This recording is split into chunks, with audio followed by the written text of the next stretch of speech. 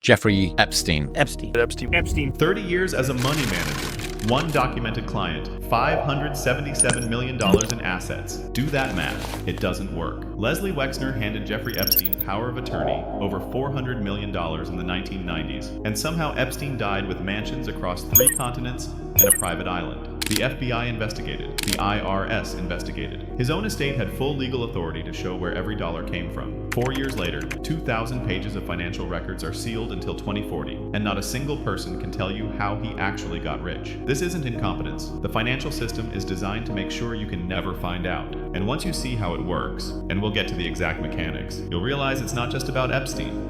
So let's figure out how the richest country in the world with the most powerful investigative agencies can't answer a simple question. Where did the money come from? Here's what everyone knows. Jeffrey Epstein was arrested in 2019 for sex trafficking, died in federal custody under suspicious circumstances, and was supposedly this mysterious billionaire financier who managed money for the ultra-wealthy.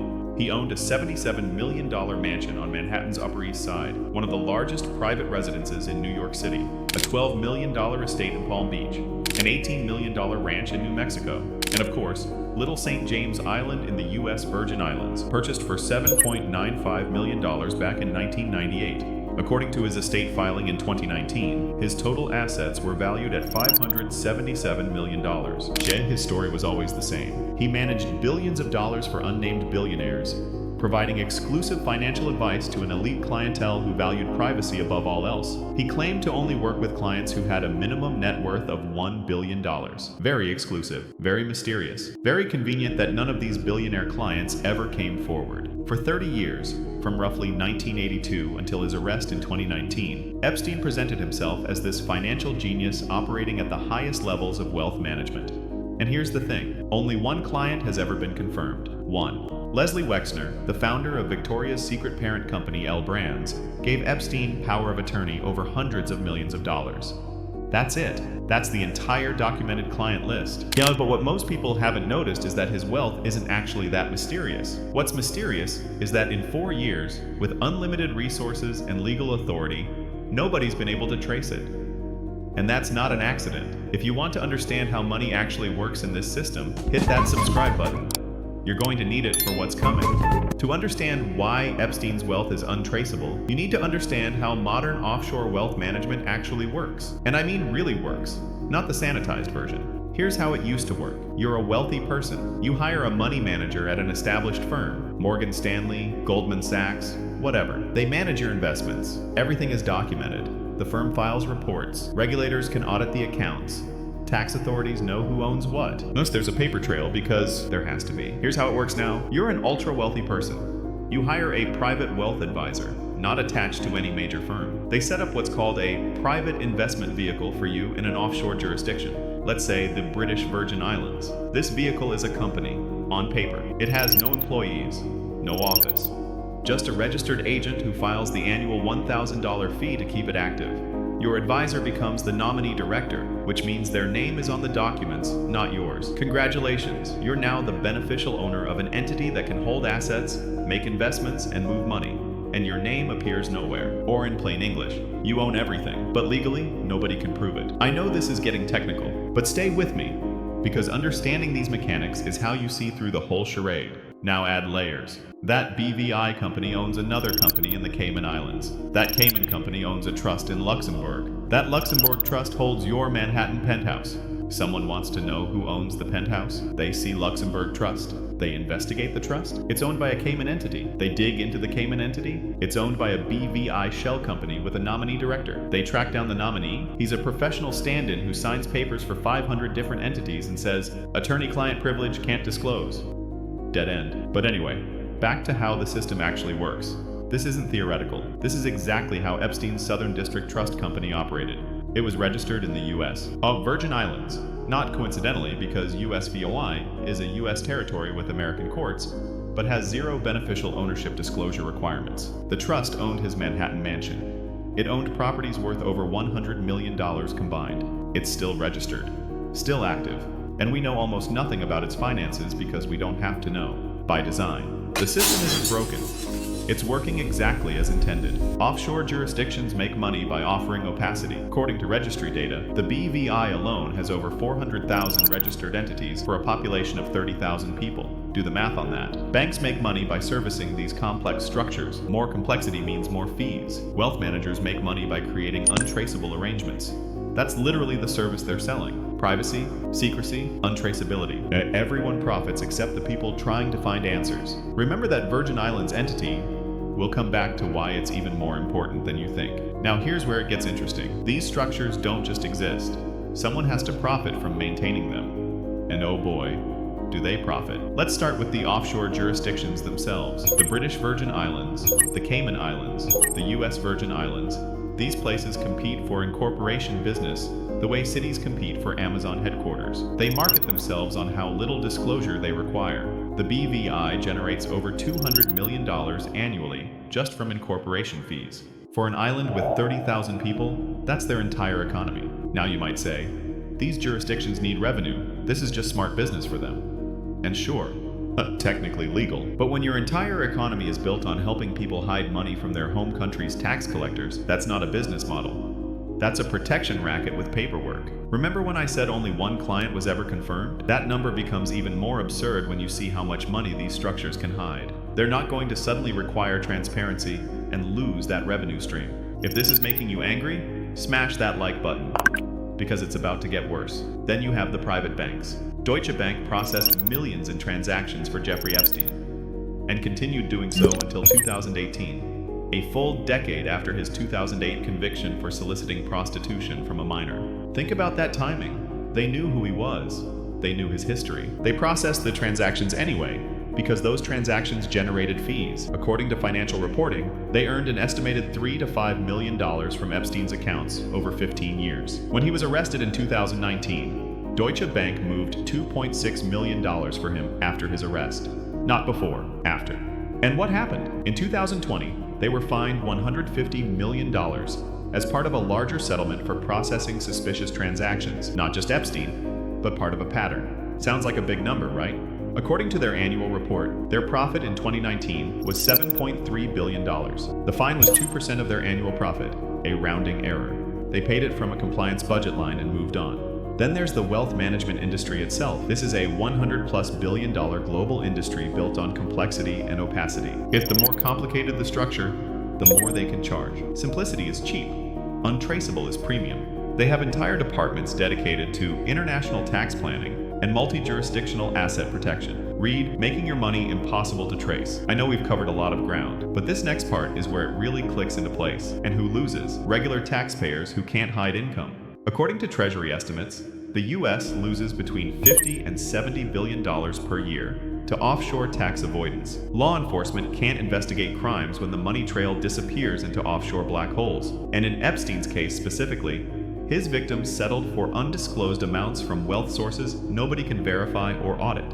According to investigative reporting, the authorities found an estimated 73 shell companies in Epstein's network across at least 4 different jurisdictions. Each one added another layer of opacity. Each one made tracing the money that much harder. But it gets worse. Remember when I said Epstein had only one documented client in 30 years? Leslie Wexner gave him power of attorney over $400 million in the 1990s. Wexner is worth $7 billion. He's sophisticated. He has teams of lawyers and accountants. He has never explained what service Epstein actually provided to justify that level of trust and wealth transfer. Not to investigators, not to journalists, not even in civil court when asked directly, just silence. Think about what power of attorney means. Epstein could sign Wexner's name, move Wexner's money, make investment decisions, well, all without asking permission. That's an extraordinary level of trust and authority. And the only documented result we know of? According to court documents, Epstein lost Wexner $20 million in a single stock purchase. That's not financial genius. That's the opposite. So either Wexner is the worst judge of character and competence in billionaire history, or something else was going on that nobody wants to explain. Either way, we'll never know, because the people who do know aren't talking. And if you think that's as bad as it gets, I have some unfortunate news for you, but it gets worse. When Epstein was arrested in 2019, banks and institutions had a choice: cooperate with investigations or protect client confidentiality. Guess which they chose. Deutsche Bank was fined $150 million for processing suspicious transactions, not just for Epstein, but as part of their larger pattern. They paid the fine from a compliance budget line item and moved on. For context, they paid their CEO $8.8 million that same year. The fine was a rounding error, and they're still operating, still processing offshore wealth, still using the same structures. Now, to play devil's advocate, maybe Epstein was just really good at investing, and all this offshore stuff is legitimate estate planning, except there's zero evidence he ever made a successful investment. The one documented trade we know about lost his client, you guessed it, Wexner, $20 million in a single stock purchase. And estate planning is supposed to minimize taxes legally, not make your entire financial existence untraceable. Yet there's a difference, but it gets worse. After Epstein's death, his estate had complete legal authority to disclose the sources of his wealth. They weren't protecting him anymore. He was dead. They could have shown tax returns, client agreements, investment records, anything. It would have helped his victims, helped investigations, provided closure. Instead, they filed a document showing $577 million in assets and literally nothing about where it came from. And then, and this is the truly spectacular part, they sealed 2,000 plus pages of financial documents until 2040, not classified for national security, not protecting living people's privacy, just sealed for another 16 years. For those keeping track at home, this isn't unsolvable. China proved that between 2017 and 2020, when they went after corrupt officials hiding wealth offshore, as they forced repatriation of an estimated $730 billion, arrested hundreds of officials, and made it clear, bring the money back or face consequences. It worked because they decided to make it work. Western governments could do this too. They have the legal authority, the resources, the technology. They just don't. Because the same offshore structures protecting Epstein protect thousands of politically connected, ultra-wealthy individuals. And would you look at that? According to campaign finance records from Open Secrets, the finance industry donated $2.9 billion to U.S. political campaigns in 2020 alone. Remember that Virgin Islands entity we mentioned earlier? Southern District Trust Company? It owned his Manhattan mansion, his island, multiple other properties worth over $100 million combined. Well, we know it exists because property records show it as the owner, but we don't know who else has interest in it, what other assets it holds, where its money came from, or where it went. It's still registered, still active, still completely opaque. Because here's the thing, Epstein isn't an outlier. He's just the one who got famous for other reasons. The same offshore structures he used are used by corrupt government officials, oligarchs, drug cartels, sanctions evaders, anyone with enough money to pay for complexity. The same banks that serviced him serviced thousands of others using identical arrangements. The same jurisdictions that protected his privacy protect everyone else's too. It's a system, a massive, profitable, global system. But it gets worse on a systemic level. Epstein died in 2019. Since then, according to ICIJ data, offshore entity formations have increased 8% globally. That's not a typo. After the most high-profile case of untraceable offshore wealth in modern history, the system didn't contract. It grew because it's working for the people it's designed to work for. Earlier, we talked about how the system is designed to make money untraceable. Here's the scale. According to the Tax Justice Network, an estimated $32 trillion in wealth is hidden in offshore financial centers globally. That represents about $427 billion in lost tax revenue annually worldwide. The US alone loses between $50 and $70 billion per year. That's roughly 10% of global GDP sitting in offshore structures, completely outside normal tax and regulatory frameworks. The British Virgin Islands has over 400,000 registered corporate entities. Again, just their population is 30,000 people. That's more than 13 shell companies for every single resident, including children. That's not a financial center. That's a financial black hole. To be fair, offshore banking does serve some legitimate purposes. International business needs cross-border banking. Estate planning across jurisdictions is real. Privacy from criminal targeting is valid. But there's a difference between I have international business operations and literally no one, including the FBI, can determine how I acquired $500 million. One is complexity. The other is designed opacity. Either way, the offshore structures kept humming along, serving whoever could afford them. If this continues, and it will, we're heading toward a two-tier financial system. One tier where your $600 Venmo transfer gets reported to the IRS automatically. Another tier where $600 million can move through 5 jurisdictions and vanish completely. One tier where you get audited for claiming home office deductions. Another where beneficial ownership is permanently hidden. That's not a future projection, actually. That's now. You can't boycott offshore finance. You can't vote it away with one election. You can't shame banks into closing loopholes when those loopholes are their profit centers. This requires coordinated international regulatory action, which requires the wealthy and powerful to voluntarily reduce their own advantages. For those keeping track of historical precedent, that has never happened. So where does that leave us? Here's the honest answer. Nowhere good. Epstein's financial mystery isn't getting solved. Those 2,000 pages sealed until 2040? Even when they're released, they'll likely show structures leading to more structures. Offshore entities referring to other offshore entities. A deliberately constructed maze designed to ensure no one ever reaches the center. And that's assuming they're ever made public. There's already legal groundwork being laid to extend the seal. Remember that impossible math we started with? One client, $577 million, zero explanation? It's still impossible. It's still unexplained. And 4 years of investigations with unlimited legal authority have produced zero answers. Not incomplete answers, zero answers. Because the system is working exactly as designed.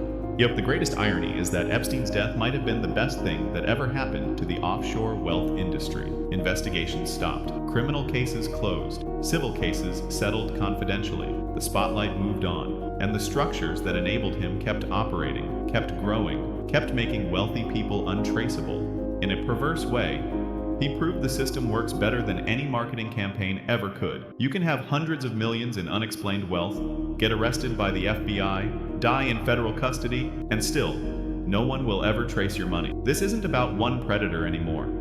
It's about whether we live in a society where some people's wealth is subject to scrutiny and others isn't, where some transactions are tracked and others aren't. Well, where some accounts can be frozen and others can't even be found. We've already made that choice. We just don't like admitting it. If you want to see how this same offshore system enables corporate tax avoidance on an even larger scale, check out the video on how Apple legally paid 0.005% in taxes in Ireland.